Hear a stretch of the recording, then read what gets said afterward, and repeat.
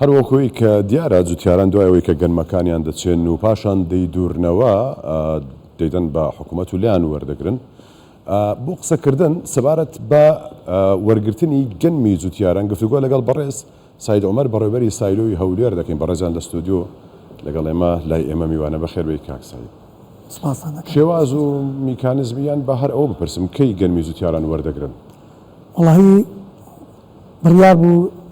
بەیانی واتە 25 بەیانی بکەین بڕیار بوو. باشە. بەس وەکو ڕێنمایەکان لە بەغدا بۆمان هات باشە کردیان بە 27 یعنی واتە شەموو. یعنی چەند ڕۆژی تر؟ یعنی ئەو چهارشەمە پێنجشەم جمعە شەموو دوو ڕۆژ کە سێ ڕۆژی. باشە شێوازی وەرگرتنی گەنمەکەی جوتیاران چۆن دەبێت بە چ میکانیزمێکە؟ بەخوای وەکو ساڵانی پێشتر ئەم ساڵ تۆزێک فەرقی هەیە لەگەر پێشتر چونکە بەڕاستی بەغدا غەدری لێ کردین ئێمە وەکو وەزارەتی کشتوکاڵ لێرە هەموو ساڵ ئەو جوتیارانە کە گەنم دەچینن باشە دیار دەکرێت ڕێژەکەیان چەندە و چەند نییە ملیۆنێک و 800,000 تقریبا تەن گەنم بە حیساب دەبا وەرگیرابایە ڕەوانی بەغدامان کرد بە حسابەی باشە وەکو وەزارەتی کشتوکاڵ بەڵام ئێستا بەغدا موافقی لەسەر 375 خۆی دەبواە 1000 و چەند بووە؟ ملیۆنێک و 800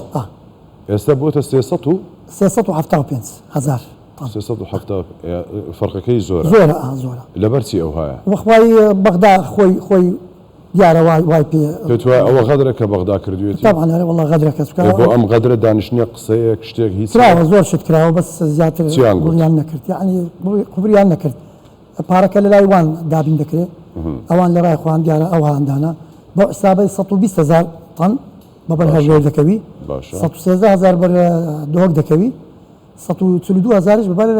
سلێمانی دەکەوی. باشە ئەوەی دەمێنێتەوە گەرمەی دەمێنێتەوە ئەو چی لێ دەکرێت؟ بەخوازە جوتیار خۆی دەبی لە خۆی بزانە چۆن دەیفرۆشێ. ئەمە کاریگەری دروست ناکات لەسەر بازاڕی گەرم و زۆ و نان؟ بەڵێ وایە. چی لێ دەگران دەبێت؟ بەخوای ناوەڵا لەو حالەتەی هەرزان دەبێت هەرزان دەبێت. بەس احتیمالیشە ئەگەر بتوانن ببن لۆ جێگاکان وەکو مەخمور و ئەو جێگانە چونکە ئەوان زیاتر لەمە لەوانیا زیاتر دانا لەمە یعنی دەچێت بۆ ئەو شوێنانە بە حیساب ناچیت بەس هەر دەچیت چۆن دەچی ینی چوونەکە چۆن ئێمە نووسرامان کردبوو لە وەزارەت نووسراو کرابوو ئەلەساس لە سەیتەرەکان بەیز نەواک نەگەنم لە شارەکان بێتە ژۆرە نەبستە دەرێ باشە واماندانم لەوەی کە وا دیار بوو ئەو ساڵ بەتەما بووین مەفتوح بوو ینی کراوە بوو وەکو پارساڵ کراوە بوو جوتیار دەهات بەس بە نفوسەچی بەس ناوەکە باکە عراقی باە باشە دەماتانی گەنمەکە لەوێ هەر چەندیا بە گەرمەکەتان دەدایە گەرمەکەمان لێمە وەردەگرێت هەر چەند تەنیا بە باشە بەس ئەم ساڵ ئێستا وەکو ڕێنمایی کە لەومانەوە لە بەغدا وان نییە ڕێژان لۆدانەیە ئەنی وەکو چۆن مەسەلەن ئێستا شەمووی دەست دەکەن بە وەرگرتنیە باشە لەسەر جوتیار چیە دەبیستە زراعی وەزارەتی زراعی کشتوکاڵ لەوێن دەرێ پشتگیریەکی پێدەدەن باشە کە ناوی لەو سیدەیە کە تۆمار کرا ئەو سال جوتیارەکە ناوی خۆی تۆمار کردیا لەوەی کە ئەلساس گەنمی چاندیە وەکو جوتیار لەوێ پشتگیرێکی دەنێ لۆی دانرا چەند تەن گەنم دەتوانانی تەسمیلی مە بکە ینی هەموو کەسەوە نیە بڵێ وەڵام گەرم چادێ و دەبێت ناوی هەبێت هەمووی تۆمار کرا بێت بەم شێوازە پارساڵوانە و پارساڵ ئەوی بەهات بایە بەس نفوسەچی ناوە گەنمی نابا ما گەرمەکەمان بە پێ ڕێنماکان لێ وەردەگرت ئەوە هیچ کە گەنمی دەرەوەی با بڵێن وەرناگرن بە هیچ شێوەیەک ئەی گەنمی جوتیاران لێرەش ئەوەی کە دەمێنێتەوە گوتت ڕەوانە دەکرێت بەخوای دەمێتەوە جوتیار خۆی دەبی ینی باشە پلانی حکوومەت بۆ ئەمە چیە ینی چی دەکات حکوومەت سەبارەت بڵێم برێم چی ینی ئەوە پێی بخوان چارەکەی ئەوەی بکەن وەزعەکە باش نییە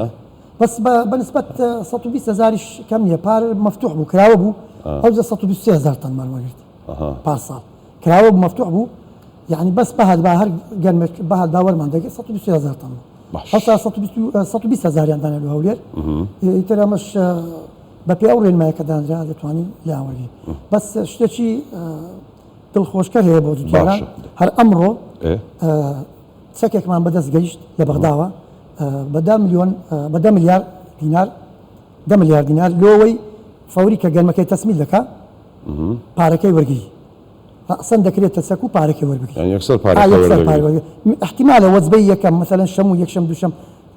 4-5 ڕۆژێک تاخیب لە بەرەوەی چەکە تازە گەیشتە هەتا ڕێکارە ئیداریەکان تەواو دەکەن لە باقلەوە پارەکەی تەسمیل دەکەن تەواو شەکان تەواو ئەو زبانی کە وەردەگیرن چۆنن بەسەڕێ یاخود بە تۆماری ناوە چۆن چۆنیە خۆی سڕێ مثلا بە پێی ئەوەی کە زووتیار یەکەم ساری خۆ دێنتە ژۆرێ کە دێتە ژۆرە بیتاقیل و دەکرێت لەسەر ئەو پشتگیریەکە دێنی نفوسی خۆی لەگەرە ڕقمی ئەو سارێکە بارهەگلەکەی کە گەرمەکەی دێنی ئەوەی لەگەر بە پێی ئەوەی ژمارە لە ژمارەیەک ڕادەست پێ دەکەن بەڕێز سعید عومەر بەڕێوەبەری سایلی هەولێر زۆر سپاس بۆ جەنابەت ماندوومان کردی. سپاس مەمنون.